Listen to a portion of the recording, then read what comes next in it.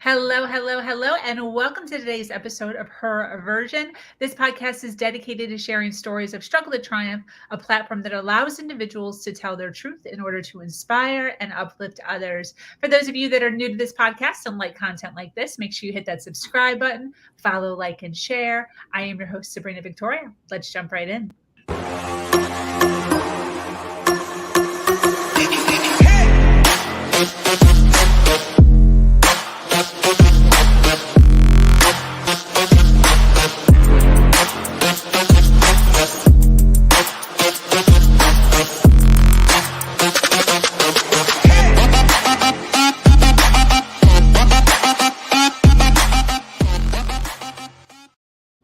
Hello, and thank you for joining us today for this episode of Her Version. The Her Version platform is built on storytelling and the understanding that many times our greatest learning experiences come from listening to other people's stories. Today, I am speaking with an amazing woman named Lorraine Segal. Let's face it, we all sometimes fall into a rut of blame and resentment. Lorraine is here today to share some of her story and talk about how to create a safe environment where you learn to listen with an open mind and heart, let go of your agenda, and discover the freedom of honest, respectful communication. It is time to empower yourself with an understanding and a clarity. Welcome, Lorraine. It's so great to have you here. Oh, it's wonderful to be here with you, Sabrina. And what an inspiring introduction. Yes, cool. Girl. That's all you.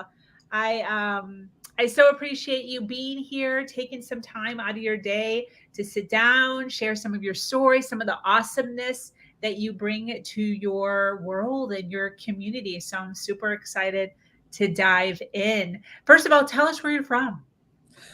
Well, I'm originally from Los Angeles. I now live in Sonoma County in Northern California. So I'm a California girl. I love it. That's awesome. Well, I love to start out asking my guests the same first question. And that first question is, what has been your greatest challenge and what did you learn from that challenge? Yeah, this is such a good question. And it's kind of a multi-level answer. I think my greatest challenge in my whole life was learning to love myself and believing that I'm good enough and that I don't have to be perfect. And there were certain situations in my life that particularly challenged that, including when I was a tenured professor and I was bullied and mobbed. And when I decided to write my memoir, Angels and Earthworms, an unexpected journey to joy, love, and miracles, there were so many messages that came up that said, who did I think I was? And, you know, everything's my fault and all of those things. And I learned that we have a choice, that I can listen to those voices and go hide under the covers for 100 years and feel miserable, or I can say, thank you very much. I love you. Now shut up and go ahead and believe good things about myself and what I can do. Yes. How did you learn how to do that? Did you just have that intuitively? Did somebody tell you that? How did you? People have a hard time with that. Oh, absolutely. I wish if I had a simple answer that people could just do and transform themselves, I would absolutely share it with you. But it actually was a long journey of, you know, getting help from therapists and 12-step programs and learning to listen to the parts of myself, understanding where some of the messages came from, like some came from my mother who wasn't doing it to destroy me. It was because she got bad messages growing up.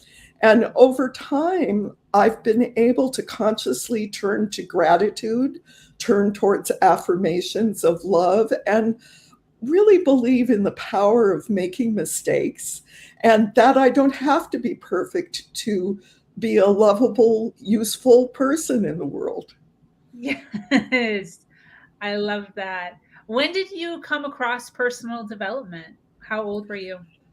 Well, it depends how you define it. I mean, I've always been a seeker. And, you know, I grew up in an atheist agnostic household. And my favorite things to read were fantasy books that had some element of spirit. So I was turning towards spirit from a very young age. And then through feminism, I discovered some of the power of affirmations and challenging traditional and conventional beliefs about ourselves.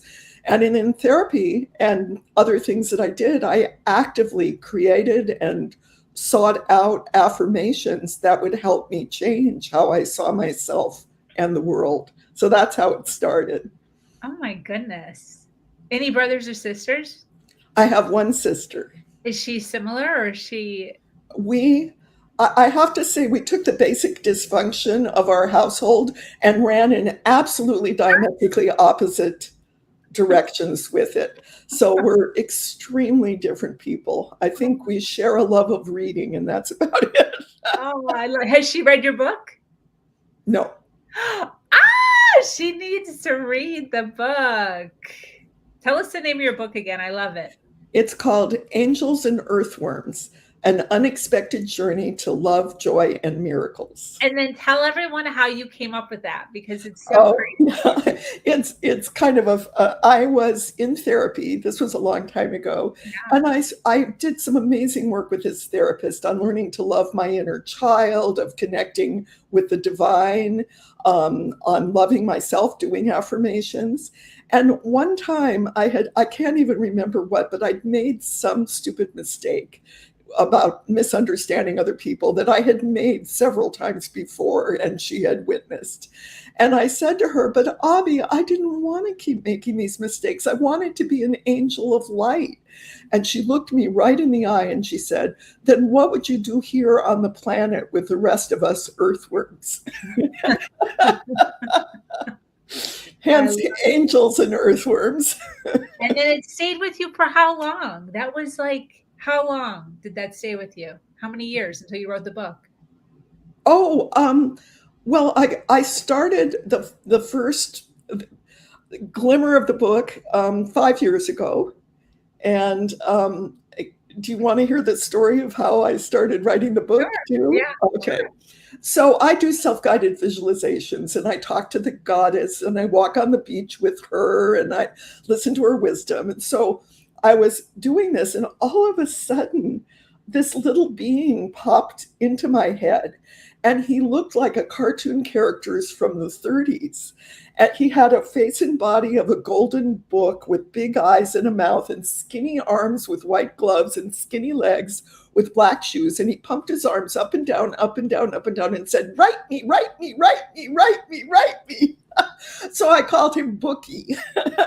And Bookie doesn't talk much. And so he didn't tell me what kind of book to write. And I was thinking I should write one that related to my work, which is in conflict transformation. And I asked the goddess, and she said, no, you need to write about your life first. So I said, okay, and started a file called Bookie Gets Organized, and wrote the headings of all these stories that I tell students and clients and people I love about my life, and other stories I've hardly told anyone. And then I started writing them up, and that's how the memoir started. Wow. Fantastic. Almost, I'm like envisioning that as almost like a blog post per chapter. Yeah, it's a little bit like this. And I ended up, it was so funny. I was completely done with the first draft, and I was still just many little stories with headings. I love headings. So I had, little things called The Romance of the Silver Surfboard, Welcome to Downey, Future Unlimited. And, and then I realized, oh, there's chapters here. How exciting. So you can tell I didn't have an outline or anything, but I did end up with chapters and a whole arc of all the things that led me to my beautiful life. That's awesome. I love that. Thinking of, what you're saying there as far as all the stories that you've gone through, some that you have, told people, and some that you have not told people. I want to ask, when you look at your life's journey and all the ups and downs from beginning till now, what would you say has been the biggest shift that you've made in your life? Yeah, well, one of the gifts I got from writing the memoir before I even thought about publishing it was it made me look at my whole life in a different way. And the main thing I realized was that all the things I thought were stupid mistakes and all the things I thought were dead ends where I went in the wrong direction actually weren't. That everything I experienced and did led me to the wonderful life I have now. And that's such a great thought. It leaves so much room for experimenting and trying things and being forgiven and moving on. 100%, definitely. When you say moving on, what does that mean? Well, for example, okay, the hardest part of the memoir to write was the chapter I decided, it's the Gothic portion of my memoir, and it's called College of Darkness. And it's about my experiences being a tenured professor and a head of a department who was bullied and mobbed. And I ended up with PTSD. And there were parts of my 20 years there that were good and parts that were god awful. And when I walked away from tenure, when I decided that to save my soul and my life, I had to leave, that was a huge shift. I didn't know what was going to happen, but I started my own business. It's been so much fun. And then I wrote this book, and I have no regrets about walking away from tenure, which is, it's a huge deal. Benefits, summers off, guaranteed income, and I left. Wow. Some people that would have scared some people. Oh, it scared me too. Yeah, but there was this one defining moment when I decided to leave. It's really funny. I was walking around the campus and this voice popped into my head really strongly and said, "You can't leave a secure job. Even if it kills you, you can't leave." And I thought, whose voice is that? And I thought, oh, it's my mother's voice, child of the Depression, everything. And I thought, well, what would the goddess say instead? And of course, she would say, your soul's more important, you can create amazing life. And I actually made 2 columns, I still have them, with all the things my mother would say and all the things the goddess would say. And then I asked myself the question, who are you going to go with? Who are you going to believe, your mother or the goddess? And I chose the goddess. Wow, that's great. Absolutely. What a great visual for those that are dealing with something similar, whether it's with their parents or their spouse or grandma, grandpa, teachers. Wow, I love that. That once you left that, is that when you started on your own journey of entrepreneurship, or did you go into something else after that? Well, I actually started the entrepreneurial journey, so to speak, while I was still a full-time professor. Right. I was praying and writing messages to the goddess every day, show me another path. Get me out of here, please, please, please, please, for years, actually. But I discovered the field. Someone told me about a class on gender and conflict at my local university. And I took it and I fell in love with the field of conflict resolution, it was called then. And I thought, there's something here for me. So I enrolled in the certificate program and got certified as a mediator, conflict management person while I was still full-time at the college, and started plotting my escape. And I had a part-time job in my old field lined up at a local community college. And the place I got my certificate offered me a class teaching conflict management. And so I had a plan to cut down to part-time at the college where I was tenured. And then it all fell apart because things got so bad. I had to leave. So there I was with a baby business. I'd written a couple of blog posts. I knew nothing about running a business, and I had to totally take it on faith. And it's been a steep learning curve because, well, I never wanted to run my own business, but it was the only way to do the work I loved. So I was willing to put in the hard work of learning how. My book is going to be very soon, late in October, author published. I never wanted to learn how to be a publisher, but it was the path that opened up for me for the book. So I've been willing to do another steep learning curve for that. And I'm still learning about being a business owner. I in some ways I'm really good at it, and in some ways it's still like, what? You know? And I just got called one of the top 15 coaches in Santa Rosa Wow. by this. No, I can't remember the name of the organization. I'm sorry, but it was so cool that they recognized the work I do helping organizations with conflict and communication. That's fantastic. You mentioned gender conflict. I've never heard of that. What is that? Oh, it was gender and conflict, and it's one of the things when I coach people or teach about conflict management, I look at a whole array of assumptions and beliefs people have that could impact how they show up in a disagreement with someone else. And one of the things they've discovered is there's some real differences in how different genders handle conflict and how they're perceived when they speak up for themselves. So that's what that class was about. And I also teach about, bias and assumptions and racism and conflict and the kinds of, there's a lot of, what else do I talk about? Oh, the difference between bullying and conflict and all these things that influence how people show up and the stories that they're telling themselves about what's going on that are influenced by the biases and assumptions we all have and make. Definitely, for sure. What do you think is the number one lesson that you've learned about life? I think the number one lesson is that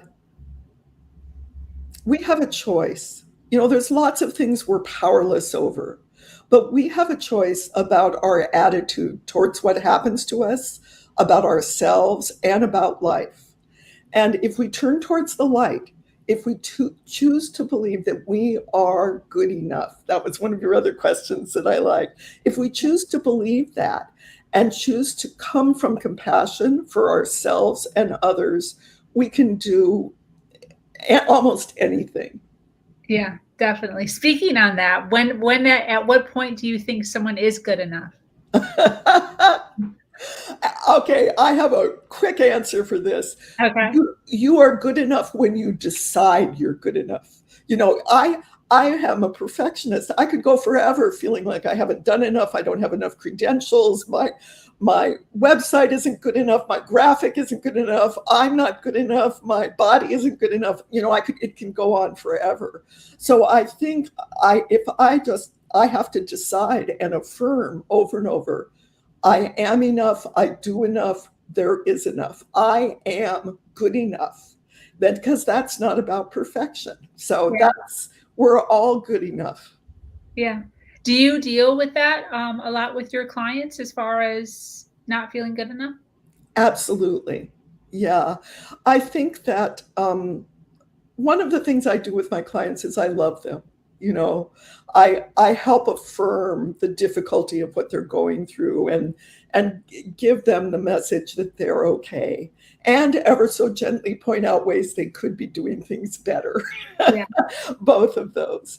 But a lot of our false beliefs about conflict and other people come from feeling like we're not good enough. So we have to defend, we have to prove we're okay, we have to prove we're better than them. And a lot of that it's faulty thinking. I totally agree with that. Definitely. What does success mean to you?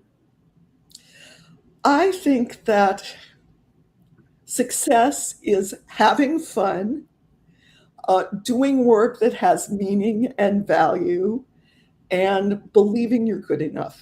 I'm not making a ton of money in my business, but I am a completely successful business owner because I love what I do so much. And I see reflected back to me from my clients and students the value of the trainings and the coaching. And I have such a sense of joy. I have a little heading in my memoir that says, being of service is the deepest joy. Because when I feel like I'm bringing value to the world and having fun, because I never wanted to be deadly serious, I feel successful. And the book The memoir has been such a source of joy. It's been challenging and difficult, but it's made me dig deeper and believe in myself. And I feel like my book will be a success. And that's not dependent on how many I sell or whatever, but it's like putting my heart in the world in a good way. Definitely, 100%. What would you wish for if you could wish for anything? Well, for me, really now, it's more about gratitude. I am so grateful for the life I have and that I live with the love of my life. We have a beautiful home. I do work I love. I wrote a book I'm proud of. Yeah, would I like more clients? Absolutely. Would I like my book to be a bestseller? Sure. And would I like to be 20 pounds thinner? Yes. But basically, I wish for good health and more of the same because I'm blessed. Yeah, that's fantastic. You know, when I our audience, I guess, here at Her Version is women who are living life. You know, they're having good days, they're having bad days. Some of them are in a really good part of their life, and some of them are in a not so good part of their life. And when you think back to, the areas in your life where you were enduring some darkness, what could you say were like the first few steps that you personally took or that you personally take to mentally, emotionally, physically, whatever it is, pull yourself from that darkness into a more positive light? Yeah, that's a good question. Well, the first thing that popped into my head is something that God has said to me, which is she said, and I say it to all your audience, I love you just as much if you're hiding under the covers all day as if you're out in the world doing things. And to me, what that means is that I am loved not based on what I do, but just my being. And knowing that I am loved and that I am whole and that I am worthy, no matter what I do or what the challenges are, really helps me. And it's taken so much repetition and connection with the divine and affirming. And so that I think it's a really important piece of it for me. And I think the next thing, which is really connected, is I need to not believe in a way whatever someone else is saying about me that's negative, or the messages I'm trying to give myself of you wouldn't be in this situation if you hadn't, and instead affirm love for myself. And even my inner critic, I've learned to embrace. I call her Gremly, and I've written about this. And so when she starts saying, you wouldn't be in this situation if you hadn't done that, look at you, how did you get yourself in this? I say, oh, honey, are you feeling scared? Let me give you a hug. And and I think and then I would say also, once that you're okay being still and scared and everything, is do something, a little tiny step, maybe a phone call, maybe a little affirmation for yourself, maybe cleaning one shelf in the refrigerator, something you can say, good for you, girl, you go. That's fantastic. What is that person's name? Did you say Gremlin? Gremly. Gremly. Yeah, for inner gremlin. And she's so funny how she's evolved. People talk about the inner gremlin, that mean voice, and some people say to just shut it up.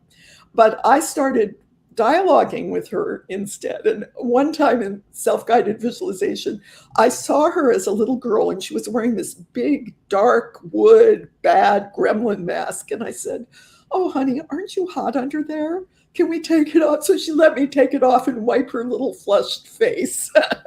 And you can't feel the same about that gremlin voice after you've seen it as a scared little girl who's trying, in my case, who's trying to protect me in the best way she knows how, which is pretty dysfunctional.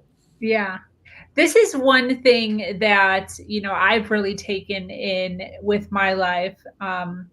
My little girl's name is Nicole. Um, and I don't even know how I functioned without it previously, without knowing this. What would you say to individuals that think it's just a bunch of nonsense or a bunch of woo-woo? Yeah. Well, I have Gremley, but I also have my inner child, little Lori. And I wrote about her in the memoir. And when when I was first in therapy, little Lori was this angry, sullen, miserable little girl. And I listened to her a whole bunch. And you don't have to believe she's real to listen to that part of yourself. And over time, I vowed to take care of her, and she believed me. And now she is such a precious part. She's the one who knows about bright colors and adding color and joy to things. She helps me create teaching workshops, and she's the one who says, "Let's play." And it took 20 years to have a really good relationship with her. So I'm a very pragmatic person, actually, even though I'm really spiritual. So if something works, I'll do it. And I don't care if it logically makes sense in some strict scientific universe. So it helped me feel better about myself and be able to do more and enjoy more. So I say, if it works, don't try to figure it out or question it too much. Just go with it. Yeah. First of all, I want to give a shout out to those watching live. Thank you so much for being here, hanging out with Lorraine and I. We so appreciate you listening in and giving Lorraine some space to speak her story. For those of you watching on the replay, make sure you hashtag replay so that we know that you're here and where you're listening at, so we can send you some love after this is gone live. But I want to ask, you mentioned when you took the conflict course or class, or when you kind of, went to that journey, when did you decide that that's what you wanted to do? How did that come to be? Well, I kind of thought it was from the first class because I was so engaged. But then when I took a class in mediation, and I don't do much mediation anymore, but I thought, I can do this. I like this. And I immediately started trying to find out how I could make a career out of it. At that point, thinking maybe I could get a job somewhere, and then I realized if I wanted to do the work I did, I had to create it myself. But I was so into it. I signed up for all the classes. I got volunteer experience as a mediator. I talked to all my teachers about what else I could do to keep learning and growing and what organizations I needed. So it was like the goddess sent it to me. That's fantastic. Can you explain what your business is, what you do? Oh, sure. Well, my business is called Conflict Remedy. I've got a whole big website called conflictremedy.com. And I write a blog, and I do what's called conflict management coaching. And I also teach and consult. I focus on workplace conflict, and I help leaders in organizations transform conflict more gracefully and communicate more clearly. And I fold in forgiveness work and hot button emotional triggers work. And I'm really good at helping people rethink conflict in a way that makes their organizations more harmonious and productive. That's awesome. Do you do actionable, there's a conflict right now happening, and actually do exercises live with people? Yes. Well, I prefer to give people skills, right? Okay. That's why I like coaching and training, because I can help them before there's a crisis. Yeah. But what you're talking about, I call it putting out fires. It's better to have good fire prevention techniques. But I'm also very good at putting out fires. Like I've been called, for example, I worked with people at a credit union. These were high level people who were they were barely talking to each other. Or if they did, they were screaming. And the CEO of the organization hired me to help them. And so what I did was coach them separately. What's going on from your perspective? What's so difficult about this? How do you think the other person sees it? And then I brought them together in what I call dialogue coaching so they could talk to each other. And I said, if you're willing, you need to tell her this. If you're willing, you need to tell him that. And it worked. And it really transformed their relationship and saved their jobs potentially. Wow. That is so interesting. Why do you do what you do? Because it's so much fun and I love it and I'm good at it. I feel like not a lot of people are, most people hate conflict. I know. And I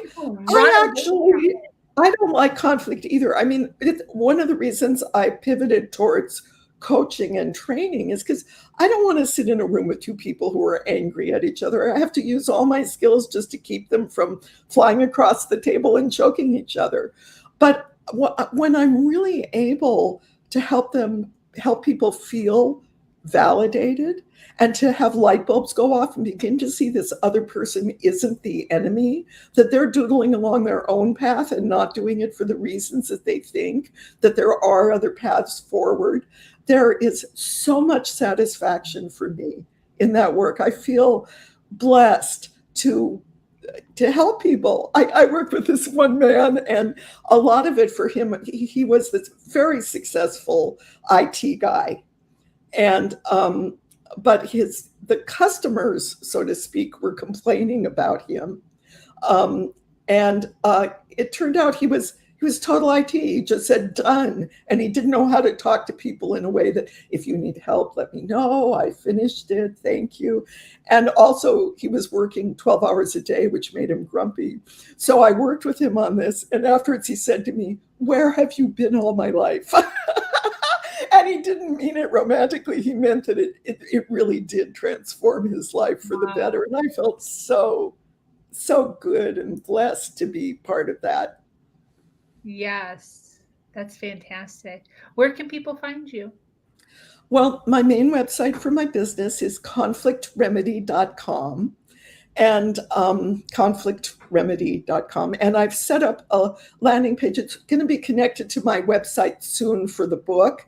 But right now, if you want to get notices about the book, and it's almost out, you can go to Bookling, as in duckling, booklingpress.com and sign up, and then I'll take it from there. I've never heard of Bookling. That's because it's my individual and why it's called Bookling. Okay, so one time Bookie showed up with a whole row of miniature books holding hands. And I call them booklings, like ducklings. So I named my press after them, Bookling Press. So you also have a press? It's just part of me being author published. You have to have your own imprint. I have no interest in publishing other people's books, only mine. God. So Bookling Press. Publishing. Booklingpress.com. And that publishes your books. Yes. Good for you. That's fantastic. Looking back, can you believe where you are right now in your world, what you're doing? Oh, I feel like, one of the things I say makes me want to cry, but I didn't have one of those traumatic childhoods. But when you look at where I started and what I believed about myself and the world then, you would never guess that I would end up with such a joy-filled, blessing-filled, amazing life. And what a blessing that is. That's fantastic. And it definitely gives hope. There's people, if you just continue on a path, continue to think outside the box, continue to pivot, And And love yourself. Keep working at it. It doesn't come naturally to a lot of us, but yeah, it is absolutely possible to learn to love yourself. And with that love, everything is possible. I love it. Well, thank you so much for being here, hanging out with us. I so appreciate all the goodness that you shared. When is your book going to be out? Fingers crossed, October 25th. October 25th. That's the Earthling book or the Earthworm book, right? Yes, angels and earthworms. Don't forget the angels. Angels and Earthworms. An unexpected journey to joy, love, and miracles. Angels and Earthworms. I love that so much. What a cool title. October 25th. Yeah. Awesome. Well, I so appreciate it. For those of you that resonated with Lorraine and all the goodness that she shared, make sure you check out her website where she will soon have a landing page for her book. Are you on social media at all? I am. I'm on LinkedIn and Facebook primarily. Okay. Awesome. Awesome. So check her out on LinkedIn or Facebook. Any closing thoughts before we wrap up?